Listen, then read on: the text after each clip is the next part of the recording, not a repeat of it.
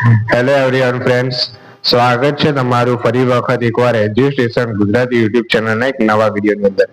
તો મિત્રો, આજના વિડીયોમાં આપણે વાત કરવાના છે કે જે પણ સ્ટુડન્ટ મેડિકલ અને પેરામેડિકલ કોર્સ જેવા કે એમબીબીએસ, બીડીએસ, આયુર્વેદિક, હોમિયોપેથિક, પછી જે જીએનએમ, ઈએનએમ, પછી ફિઝિયોથેરાપી જેવા પેરામેડિકલ કોર્સિસ છે, નર્સિંગ કોર્સિસ, બરોબર. તો તમને ખબર છે મુજબ કે જો તમે આ મેડિકલ અને પેરામેડિકલ કોર્સમાં એડમિશન લો છો, બરોબર છે, ત્યારે તમે રજીસ્ટ્રેશન એનું કરો છો, જેમાં તમારે 10,000 રૂપિયા જેટલી રિફંડેબલ સિક્યુરિટી ડિપોઝિટ પે કરવાની હોય છે અને 1,000 રૂપિયા જેટલી નોન રિફંડેબલ સિક્યુરિટી ડિપોઝિટ છે જે પે કરવાની હોય છે. એમ ટોટલ 11,000 રૂપિયા જ્યારે તમે આજે પિન ખરીદી પ્રોસેસ કરી હશે ત્યારે તમે પે કરી હશે, બરોબર છે. યસ, તો ફાઇનલી મિત્રો તમને ખબર છે કે આયુર્વેદિક, હોમિયોપેથિક જે મેડિકલ એડમિશન છે, બરોબર છે, તો એના જે સ્ટે વેકેન્સી રાઉન્ડ સુધી તમામ પ્રક્રિયા છે પૂર્ણ થવાના આરે છે, બરોબર છે. તમને ખબર છે વેબસાઇટની અપડેટ જો તમે જોતા હોય તો સ્ટે વેકેન્સી રાઉન્ડનું જે હાલ પરિણામ છે પણ હવે આવી ગયું છે, બરોબર છે. એટલે તમામ વિદ્યાર્થીઓ જે આમાં એલોટેડ છે આ જે મેડિકલ કોર્સિસમાં, તો એમને સીટ જે છે ફાળવી દેવામાં આવી છે. ઓકે, તો હવે ફાઇનલી જે તમારો ટૂંક જ સમયમાં એટલે કે ડિસેમ્બર સુધીમાં તમારો જે ફીનો રિફંડ રાઉન્ડ છે શરૂ થાય છે, બરોબર છે. યસ, તો આ જ મુદ્દે આ વિડીયોમાં મિત્રો આજે આપણે વાત કરવાના છે કે ફી રિફંડ, બરોબર છે. ઘણા સ્ટુડન્ટને કન્ફ્યુઝન હોય છે કે ફી રિફંડની શું પ્રોસેસ થતી હોય છે, કેવી રીતે ફી પાછી આવતી હોય છે, અમારે શું કરવાનું હોય છે ને તેના માટેની શું લાયકાત હોય છે, બધાની જ આપણે માહિતી મેળવવાના છે. તો તમે અહીંયા જોઈ શકો છો કે અહીંયા લખ્યું છે કે ફી રિફંડ માટે કોણ કોણ લાયકાત ધરાવે છે, ફી રિફંડ કોને કેટલી મળશે, ફી રિફંડ ફોર્મ કઈ રીતે અને છેલ્લી તારીખ કઈ છે, બરોબર છે, અથવા તો એના માટે કોઈ ડોક્યુમેન્ટ જરૂરી છે કે નહીં, અથવા ફી રિફંડના કેટલા રાઉન્ડ થાય છે અને મળવા પાત્ર હોય તો કયા સંજોગોમાં ફી રિફંડ થતી નથી. તો આ બધાની જ સંપૂર્ણ ડિટેલમાં માહિતી મિત્રો આ વિડીયોમાં આપણે જોવાના છે. ચેનલ પર નવા આવ્યા છો, હજુ સુધી ચેનલને સબસ્ક્રાઇબ નથી કરી તો જલ્દીથી ચેનલને સબસ્ક્રાઇબ કરી દો, કારણ કે આવી જ નવી અપડેટ અને માહિતી આ રિલેટેડ તમને મળતી રહે છે.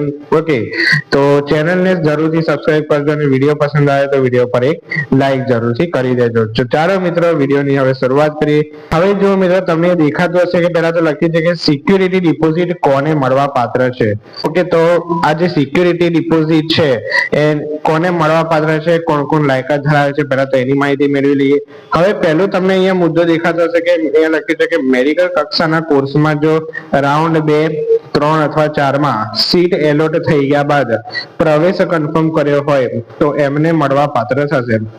ઓકે, એટલે જે પણ કોઈ વિદ્યાર્થીઓ છે, જો તમને પહેલા રાઉન્ડમાં પ્રવેશ મળે છે, બીજા રાઉન્ડમાં પ્રવેશ મળે છે, ત્રીજા રાઉન્ડમાં પ્રવેશ મળે છે, ઇવન સ્ટે વેકેન્સી રાઉન્ડમાં પણ જો પ્રવેશ મળી જાય છે અને તમે પ્રવેશને કન્ફર્મ કરી દો છો તો તમને 101% તમારી સિક્યુરિટી ડિપોઝિટ 10,000 રૂપિયા જે પાછી મળે છે, બરોબર. બીજો મુદ્દો એવું કે છે કે મેડિકલ કક્ષાના કોર્સમાં રાઉન્ડ 2, 3 અથવા તો 4 માં સીટ એલોટ થઈ ગયા બાદ પ્રવેશ કન્ફર્મ ના કર્યો હોય અને મેરિટમાંથી જો નામ નીકળી ગયું હોય અને આગળના રાઉન્ડમાં નવું રજીસ્ટ્રેશન કરી અને એમાં નિયમ અનુસાર પ્રવેશ કન્ફર્મ કર્યો હોય તો એમને મળવા પાત્ર થશે. એટલે કે જો તમે કોઈ પહેલા કે બીજા કે ત્રીજા અથવા તો ચોથા સ્ટે વેકેન્સી રાઉન્ડમાં જો તમને કોઈ સીટ એલોટ થઈ જાય છે, બરોબર છે, અને ત્યારબાદ તમે પ્રવેશ કન્ફર્મ કરાવતા નથી. હવે ધારો કે જુઓ તમે પહેલા રાઉન્ડમાં કોઈ સીટ મળે છે, સીટ કન્ફર્મ નથી કરાવતા, ચલો તમારી સિક્યુરિટી ડિપોઝિટ એમાં જપ્ત નથી થતી.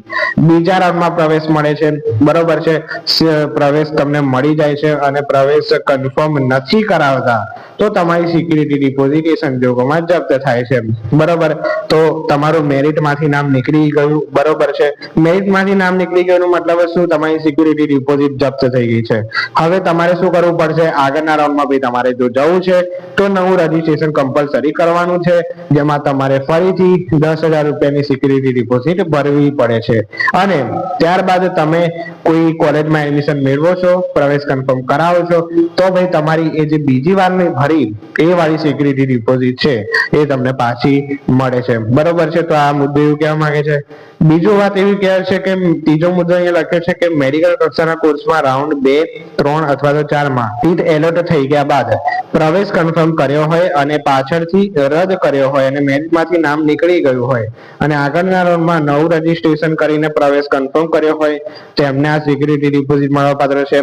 એટલે કે સેમ જ છે બીજો અને ત્રીજો મુદ્દો, ખાલી અહીંયા પ્રવેશ કેન્સલ કરવાની વાત આવે છે. એની આપણે જો વાત કરીએ તો એવું લખ્યું છે કે જો તમને બીજા, ત્રીજા અથવા ચોથા રાઉન્ડમાં કોઈ સીટ મળી જાય છે, પ્રવેશ કન્ફર્મ કરી દીધો છે, બરોબર છે, અને એ પ્રવેશ પાછળથી રદ કર્યો છે, બરોબર છે, તો પણ તમારું મેરિટમાંથી જો નામ નીકળી જાય છે, જો ઇવન તમારું મેરિટમાંથી નામ નીકળી જાય છે, ડિપોઝિટ જપ્ત થઈ જાય છે, બરોબર છે, તો એ સંજોગોમાં ભાઈ તમારી સિક્યુરિટી ડિપોઝિટ જપ્ત થવાની છે અને આગળ નવું રજીસ્ટ્રેશન કરો છો અને પ્રવેશ કન્ફર્મ કરાવો છો તો ભાઈ તમારી સિક્યુરિટી ડિપોઝિટ પાછી આવી જાય છે.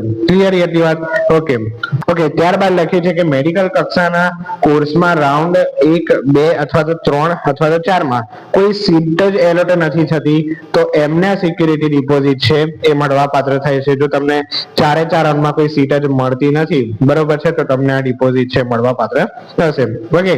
ત્યારબાદ લખ્યું છે કે મેડિકલ એડમિશન કમિટી વેબસાઇટમાં અપલોડ થતી જે ફોરફી પીડીએફ છે તમારું નામ અવશ્ય ચેક કરી લેવું. એટલે કે જે રિફંડ રાઉન્ડ પડે છે એમાં જે આ પીડીએફ હોય, બરોબર, જેને મળવા પાત્ર હોય, ના મળવા પાત્ર હોય, બરોબર છે, જેને મળવા પાત્ર હોય, ના મળવા પાત્ર હોય, તેનું નામ બહાર પડતું હોય છે તો એ તમારે અવશ્ય ચેક કરી લેવું એવું કહેવા માંગે છે. ક્લિયર? તો આગળનો મુદ્દો આપણે જોઈએ.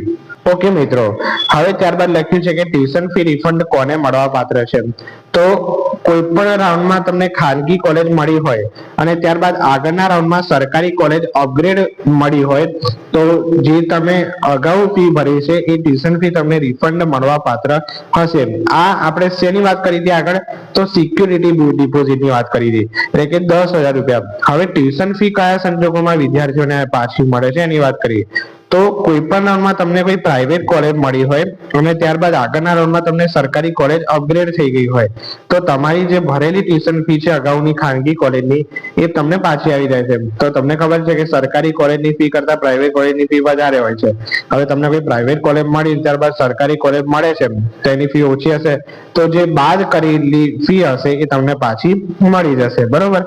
ત્યારબાદ લખ્યું છે કે કોઈ પણ રાઉન્ડમાં તમને ખાનગી અથવા સરકારી કોલેજ મળી હોય અને ત્યારબાદ આગળ તમે સમય મર્યાદામાં પ્રવેશ રદ કરી દીધો હોય તો જે તમે અગાઉ ફી ભરી છે એ ટ્યુશન ફી તમને રિફંડ મળવા પાત્ર હશે, બરોબર છે.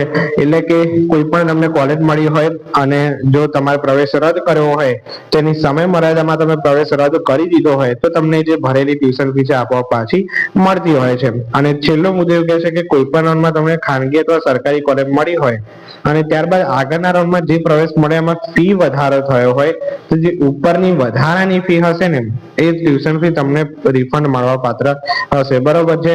એટલે ધારો કે કોઈ પણ સરકારી કે ખાનગી કોલેજ છે, હવે તમને એમાં પ્રવેશ મળે છે, બરોબર. હવે જો એમાં બાય ચાન્સ ફી વધારો થઈ જાય છે, બરોબર, અને તમારે લેવું નથી એ કોલેજમાં તો જે ઉપરની ફી તમારે હશે, બરોબર છે, બાદ થઈને તમને પાછી આવી જશે. ટ્યુશન ફી ની વાત થાય છે, બરોબર. ઓકે, તો આપણે મેઇન અહીંયા security deposit tuition fee refund ની વાત કરી નાખી. હવે બીજી વાત તમને કરી નાખું જે સિક્યુરિટી ડિપોઝિટ છે એમાં માટે જે રિફંડ માટે કોઈ પણ તમારે પ્રોસેસ કરવાની હોતી નથી કે કોઈ પણ ડોક્યુમેન્ટ આવશ્યક હોતા નથી, બરોબર છે. કોઈ પણ બાહ્ય પ્રોસેસ તમારે કરવાની હોતી નથી, બરોબર છે. આ સિક્યુરિટી ડિપોઝિટ તમને આપોઆપ તમારા એકાઉન્ટમાં પાછી આવી જાય છે, બરોબર છે. જ્યારે તમે ટ્રાન્ઝેક્શન કર્યું હશે ત્યારે તમે એકાઉન્ટ નંબર, IFSC કોડ બધું આપ્યું હશે એ પ્રમાણે તમને તમારા એકાઉન્ટમાં પાછી મળી જતી હોય છે, બરોબર. એટલે તમારે આમાં કોઈ પ્રોસેસ તમારી કરવાની રહેતી નથી, બરોબર છે. તમારા એકાઉન્ટમાં આપોઆપ જ્યારે રિફંડ રાઉન્ડ આવે ત્યારે પાછી આવી જશે, બરોબર. એટલે એની તમારે કોઈ ચિંતા કરવાની નથી. બીજી વાત કે આ રિફંડ અમુકને નથી આવતા એવું કેમ થતું હોય છે? તો આ જે સિક્યુરિટી ડિપોઝિટની લાયકાત ધરાવતા જે આપણે મુદ્દા જોયા એમાં જો કોઈ લાયકાત ના ધરાવતા હોય, બીજી વાત કે IFSC કોડ, એકાઉન્ટ નંબર એ મિસમેચ થતો એટલે તો ખોટો આપ્યો હોય, બરોબર છે, તેવા સંજોગોમાં આ જે રિફંડ છે ના આવતું હોય અથવા તો તમારું બેંક એકાઉન્ટ નિષ્ક્રિય હોય, બરોબર છે, આ સંજોગોમાં તમારી ફી રિફંડ છે ના આવે એવું બનતું હોય છે. ઓકે મિત્રો, તો તમે જોઈ શકો છો કે મેં આજે વેબસાઇટ ઓપન કરી છે આપણી ઓફિશિયલ એબીડી ગુજરાત પર, બરોબર. તો આ 2024માં તમને ખબર છે મુજબ કે અહીંયા જોઈ શકો છો તો 16 ડિસેમ્બરના રોજ રિફંડ રાઉન્ડ 1 ની અહીંયા અપડેટ આવી છે, બરોબર. તો આ મહિને વહેલા પણ કદાચ રિફંડ રાઉન્ડ છે ચાલુ થઈ શકે છે, કારણ કે આ જે કોલેજો અને જ્યાં ખુલવાની પ્રોસેસ છે તમામે તમામ આ વખતે વહેલી ચાલુ કરી દેવામાં આવી છે. ઓકે, તો રિફંડ રાઉન્ડ પણ વહેલો ચાલુ થઈ શકે છે. ઓકે, તો તમે જોઈ શકો છો કે આવી રીતે જે રિફંડ રાઉન્ડ છે જ્યારે ચાલુ થાય ત્યારે અહીંયા અપડેટ આપી દેવામાં આવે છે.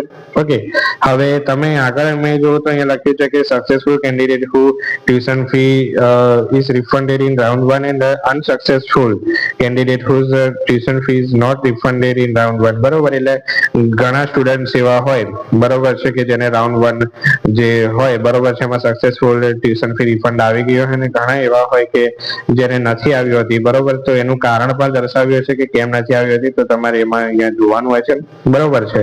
તો ફાઇનલ અહીંયા લિસ્ટ બહાર પડે છે, ત્યારબાદ અહીંયા તમે જોઈ શકો છો કે રાઉન્ડ 2 ટોટલ 7 જેટલા અહીંયા બરોબર છે રાઉન્ડ છે થતા હોય છે.